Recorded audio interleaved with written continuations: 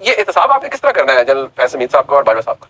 बहुत शुक्रिया मुनीफ साहब, मैं हाल ही में लंदन से भी होकर आया हूँ, जेल में है और मेरी बड़ी तवील नशिस्तें भी रही हैं मियां मोहम्मद नवाज शरीफ साहब के साथ। तो मियां नवाज शरीफ के लिए अब इक़्तिदार उनका प्रॉब्लम नहीं है। अगर हम ये समझें कि वो शायद चौथी बार वज़ीर आज़म बनना चाहते हैं या इक़्तिदार के हसूल के लिए भी जद्दोजहद है, वो इस मुल्क की सिमत को, इसके सिस्टम को ठीक करना चाहते हैं। जो मैंने उनका एक माइंड रीड किया और उनके साथ गुफ्तगू में इस चीज़ को अखज़ किया, मेरा ओपिनियन ये है कि उनका ये मानना है कि जब भी मुल्क तरक्की करने लगता है, कोई ना कोई इस तरह की इंटरजेक्शन, जिस तरह प्रोजेक्ट इमरान खान का लॉन्च है फॉर इंस्टेंस, जो 2017 में पनामा को बहाना बनाया गया, एक ट्रायल कंडक्ट किया गया और हमारी पूरी पार्टी को डिसइंटीग्रेट करके, जेलों में डाल के, मुकदमात कायम करके, आरटीएस बिठा के, तो एक शख्स को बरसर इक़्तिदार लाया गया जिसने 4 साल में मुल्क का भट्ठा बिठा दिया। वो सिस्टम को ठीक करना चाहते हैं। अच्छा, जहां पे ऐसे लॉन्चेस की गुंजाइश जो है वो ना रहे।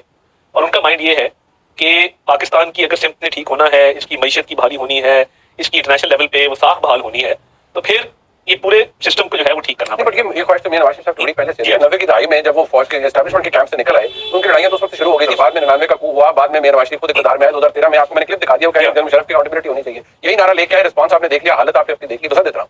अब मुझे बताएं कि कैसा मुशर्रफ साहब ने तो फिर कू किया था, मार्शल लगाया था, तो फैसल हमीद साहब को या जनरल बाजवा साहब को क्या सजा दिलवाएंगे? कि मैं इस मतलब तो वक्त आने पे ऑब्वियसली वो सर करोगे की एविडेंस की थोड़े को शहबाज साहब रह के गए हैं ना। मेरा तो ये शहबाज साहब ने तो एक दिन की बात नहीं। मेरा तो ये ख्याल है कि मियां साहब ऑब्वियसली वापस आ रहे हैं और उन्होंने 2017 ऑनवर्ड जो जुल्म ज्यादती, जो एक जुल्म जबर की पूरी दास्तान है, ठीक है, उन्होंने भुगती भी, मगर उसका नुकसान मियां नवाज शरीफ से ज्यादा पाकिस्तान को हुआ। अच्छा, तो वो ऑब्वियसली आएंगे तो उसका कोई आगे लाजमल बताएंगे, ऐलान करेंगे। मतलब हाले आपको भी पता कुछ नहीं है फ्रैंकली एज अ पार्टी के। आप मियां साहब होते हैं ना, एहतसाब करना है, एक उधर ही मैंने फल सफाई करनी है माजूद के साथ, तो पता होता है ना आपने, उसका एक तरीका होता है फल सफाई करने के, मशीनें इस्तेमाल होंगी, सब कुछ करने में तो अभी कोई बात नहीं हुई। नहीं पर एहतसाब साहब, मैं आपसे ये जवाब इसलिए एक्सपेक्ट नहीं करता बिकॉज़ आप अपनी जमात के डिप्टी सेक्रेटरी जनरल है और मुझे इस बात का पता है कि आप अपनी क़यादत के बड़े करीब है भाईजान। तो आपने ये बात बतानी है आवाम को कि आपने इस पे अगर आपने लोगों का वोट लेना है, तो you have to tell people ना। ऑब्वियसली देखिए ना, नारा था हमारा वोट को इज्जत दो, हम आज भी उस नारे के साथ खड़े, ठीक है जी। और अनफॉर्चुनेटली ये नारा दूसरी जमात ने, हमारी मुखालिफ सियासी जमात ने लिया, जो कि खुद उस सिस्टम के बेनिफिशियरी थे, जो कि वोट के तकद्दुस को पामाल करके। मैं चाहूंगा जी, जो थोड़ी देर पहले आपने इनके साथ T20 खेला है, why are you asking this question, ये किस तरह होगा? वो आप ये कह रहे हैं कि जी मुझे नहीं पता किस तरह होगा ना, यही इनका जवाब था। अच्छा, मियां साहब को भी नहीं पता किस तरह होगा। अच्छा, बड़े मियां साहब को भी पता कि किस तरह होगा। ये बेसिकली मीर जाफर मीर सादिक पार्ट 2 शुरू होने लगा। अच्छा, कोई कहानी नहीं है। जिस तरह खान साहब बैठ के 55 जलसों के अंदर मीर जाफर मीर सादिक करते रहे, ये बेसिकली वही कहानी है।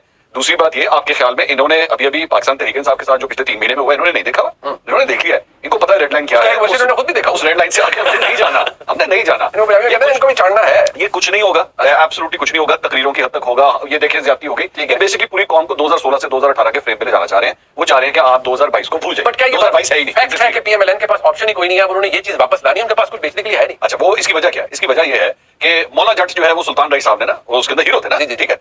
अब आप अगर मौला जट साहब को 2 या 3 साल के बाद, मौला जट आने के 2-3 साल के बाद आप कहते हैं मौला जट साहब हम आपको ना एक कॉमेडियन के तौर पे आपको जो है वो फिल्म में लाना चाहते हैं, कोई नहीं देखेगा, नहीं देखेगा ना। मौला जट का इमेज इतना जो है वो फिट हो चुका है दिमाग के अंदर। मियां साहब मौला जट है। मियां साहब वो मौला जटनी भी है। अच्छा, मरियम नवाज जो है वो भी मौला जटनी है ना। उन्होंने दोनों ने अपना जो बयानिया बनाया, मरियम नवाज की वजह शोहरत और क्या थी? एग्रेशन है ना। अब जब वो एग्रेशन किस चीज का था? एस्टैब्लिशमेंट के खिलाफ, इसको उतार दिया, उसको बोल दिया, ये कर दिया, वो कर दिया। That is the only thing. आप मुझे बताइए, आपने मरियम नवाज से आज तक कभी कोई पॉलिसी बयान सुना है? मरियम नवाज से आपने सुना कि हमने इकोनॉमी को किस तरह ठीक करना है, हम डॉलर को किस तरह तो अभी पीएमएलएन की तरफ से भी कोई ऐसा आज तक इलेक्शन ही नहीं लड़ी। पूरी पीएमएलएन ने अभी तक कोई नहीं दिया ना कि हमने इस मुश्किल को सुधारना है। ये बेसिकली अब यही नया मंचन है जो उसको बार-बार उसको हैमर हो रहा है ना, उसको उससे तवज्जो हटाने के लिए, पॉलिटिक्स का पुराना तरीका कार है। इधर अगर शोर हो रहा है, लोगों की तवज्जो ज्यादा शोर करो। मियां नवाज शरीफ साहब की जाहिर बात है, उनकी सियासत के, उनके बहुत से सियासी सफर के अंदर उनके बहुत से साथी उनके साथ थे, कुछ साथ छोड़ गए, कुछ साथ में पीछे रह गए। एक उनके सियासी साथी थे जिनकी बड़ी गुर्बत रखते हैं। आपने इनको हल्का किया? नहीं, मैं देखिए उनकी भी है। मैं गरीब आदमी हूं, देखिए मैं ऐसी लड़ने में आ जाता हूं। नहीं, वैसे आमतौर पे गरीब ही नहीं डालते हैं, लेकिन आप जैसे गरीब।